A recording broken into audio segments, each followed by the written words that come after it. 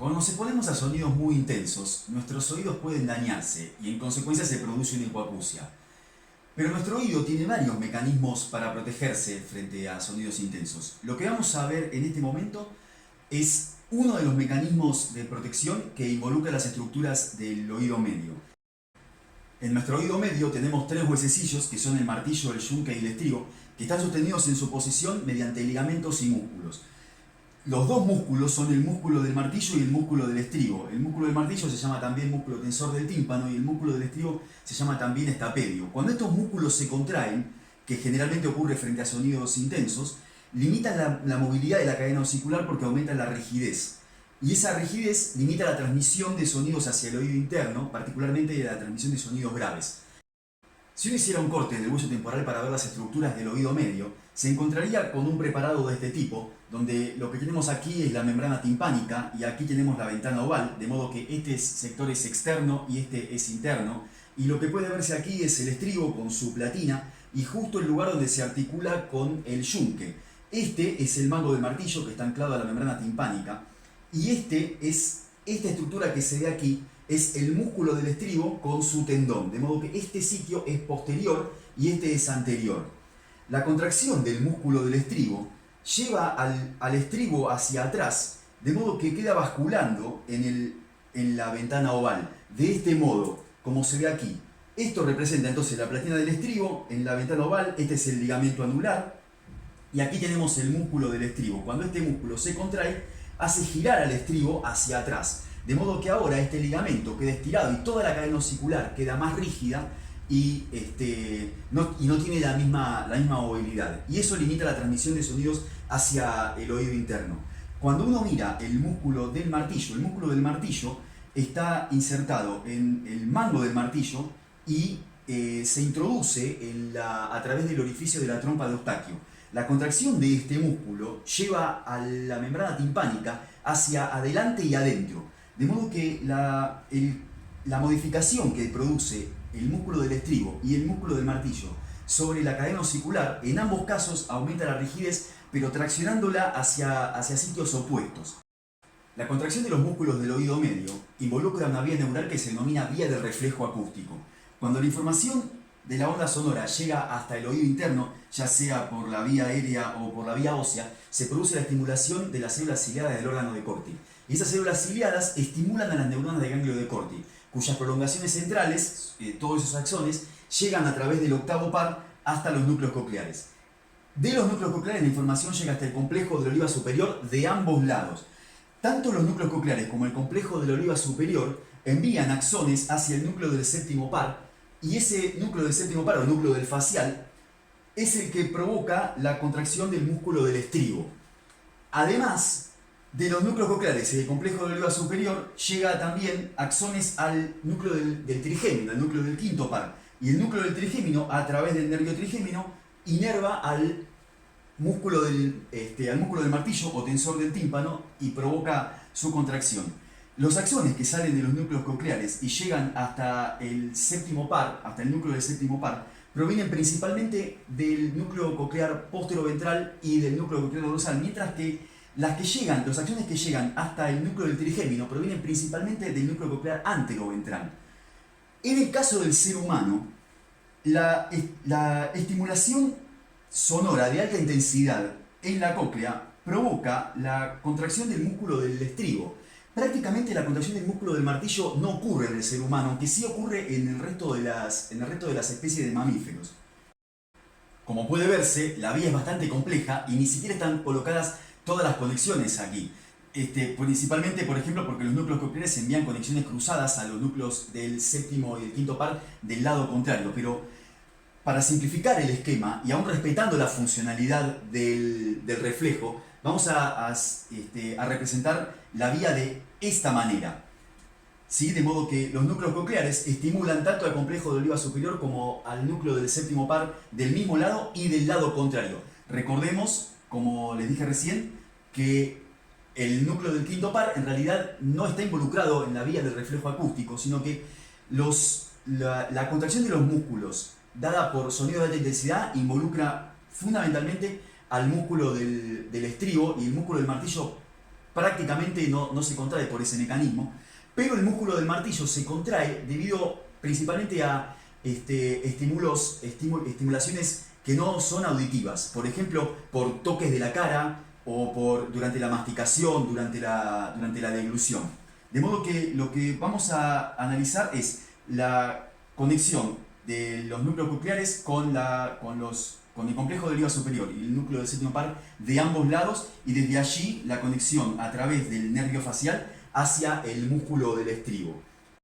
La respuesta normal entonces consiste en que cuando yo estimulo con un sonido de alta intensidad el oído derecho, mediante este recorrido logro la contracción del músculo del estribo del lado derecho, y mediante este recorrido logro la contracción del músculo del estribo del lado contrario.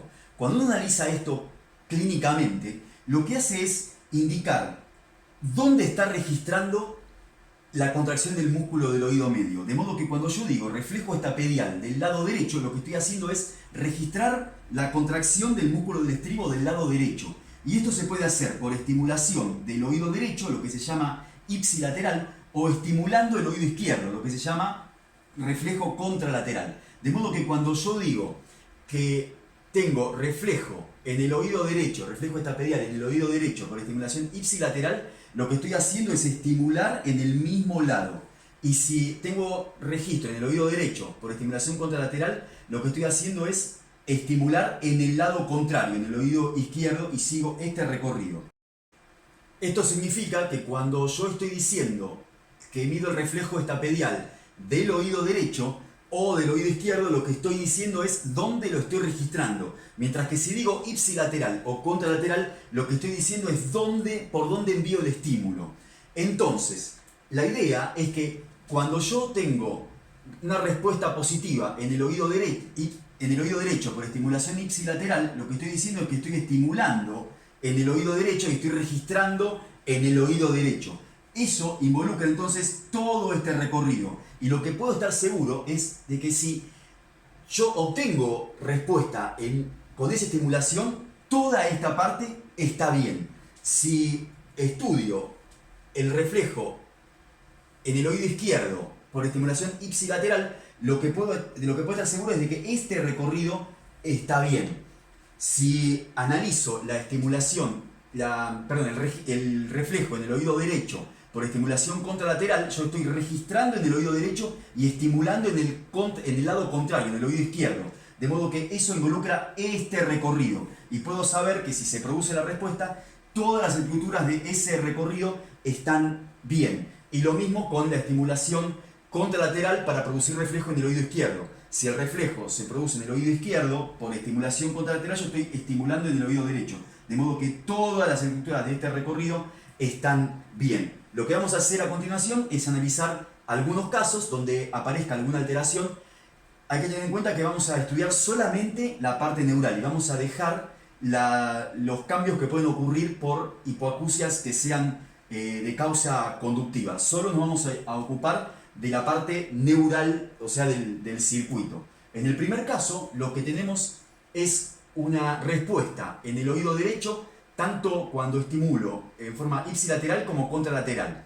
Pero hay respuesta negativa para el reflejo estapedial en el lado izquierdo. De modo que lo que me dice esta respuesta ipsilateral en el oído derecho es que este recorrido, las estructuras de este recorrido están bien. Y eso lo vamos a marcar en verde. De esta manera es como yo te recomiendo que analices las conexiones, de modo de saber dónde está topográficamente una lesión posible que explique esta respuesta negativa, en la ausencia de respuesta en el oído izquierdo. Entonces, esta respuesta positiva implica que la estimulación ipsilateral en el oído derecho tiene todas estas estructuras que están bien, que están funcionando correctamente. Mientras que el registro en el oído derecho por estimulación contralateral implica este recorrido. De modo que yo puedo estar seguro que la cóclea, el nervio, el núcleo coclear izquierdo están bien, y esta conexión también está bien, y el complejo de oliva superior, que ya sabíamos que estaba bien, junto con el facial, también van a estar bien. Entonces todo este recorrido y todo este recorrido sé que van a estar bien debido a la información que me proporciona esta respuesta. Ahora, yo sé que la estimulación ipsilateral en el oído izquierdo me da una respuesta negativa, de modo que cualquiera de estas estructuras que todavía no está marcada podría estar alterada. Y la estimulación contralateral también me da negativa, de modo que la lesión podría estar acá, acá o acá. Si la lesión estuviera en esta conexión entre los núcleos cocleares izquierdos y el complejo del oliva superior y el séptimo par izquierdos, yo tendría ausencia de reflejo ipsilateral en el oído izquierdo, o sea, este camino estaría alterado, pero todavía tendría la conexión con el contralateral en el oído izquierdo, de modo que si yo estimulara el derecho, de todas maneras tendría respuesta. Eso si la lesión estuviera acá, de modo que yo puedo descartar que la lesión esté acá, porque esta tampoco se produce. Ahora, debido a esto, la lesión podría estar acá, pero si la lesión estuviera acá, este recorrido todavía se produciría normalmente, de modo que yo tendría que tener esta respuesta positiva, pero no la tengo, de modo que al tener estas dos respuestas negativas, yo puedo estar bastante seguro de que la lesión está o en el complejo del oliva superior, o en el núcleo del facial del lado izquierdo, o en el nervio facial del lado izquierdo. Lo común aquí es que la lesión esté en el núcleo del facial o en el propio nervio facial, lo que constituye, por ejemplo, una parálisis de Bell, una parálisis del nervio facial. Vamos a analizar un segundo caso, en el cual lo que tenemos es una respuesta contralateral positiva para el reflejo en el oído derecho y una respuesta ipsilateral positiva para la estimulación ipsilateral en el oído izquierdo, pero negativa a las otras dos. Que me dé positivo el reflejo en el oído izquierdo por estimulación ipsilateral implica que este recorrido tiene todas sus estructuras bien, y eso lo marcamos en verde. Que yo tenga una respuesta positiva en el oído derecho por estimulación contralateral significa que registro en el oído derecho y estimulo en el lado contrario, o sea, estimulo en el izquierdo. O sea que yo tengo respuesta acá, estimulando acá, de modo que todo este recorrido también está bien, y eso lo vamos a marcar en verde. La lesión podría estar en cualquiera de los otros lugares donde todavía no marcamos.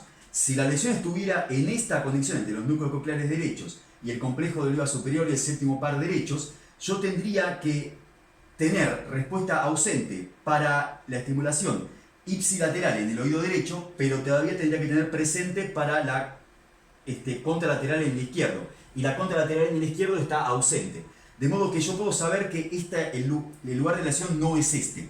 Del mismo modo, si la lesión estuviera en este lugar, yo no tendría respuesta contralateral en el oído izquierdo, pero tendría respuesta ipsilateral en el derecho. Y vemos que no tengo ninguna de las dos. De modo que puedo estar bastante seguro de que la lesión está en este lugar, en la cóclea, o en el nervio, o en el núcleo coclear del lado derecho. ¿Sí? En cualquiera de estos tres lugares. Lo habitual es que la lesión esté o en la cóclea o en el núcleo o en el nervio auditivo. En el tercer caso que vamos a estudiar entonces, lo que tenemos es una respuesta, ambas respuestas ipsilaterales presentes, pero ausencia de respuestas contralaterales. Que yo tenga respuesta ipsilateral en el oído derecho significa que estimulé en el oído derecho y registro en el oído derecho. De modo que todas las estructuras de ese recorrido están bien. Y lo mismo pasa con la estimulación del izquierdo, ¿sí? De modo que yo puedo saber que la respuesta ipsilateral en ambos lados es positiva, pero la respuesta contralateral es negativa.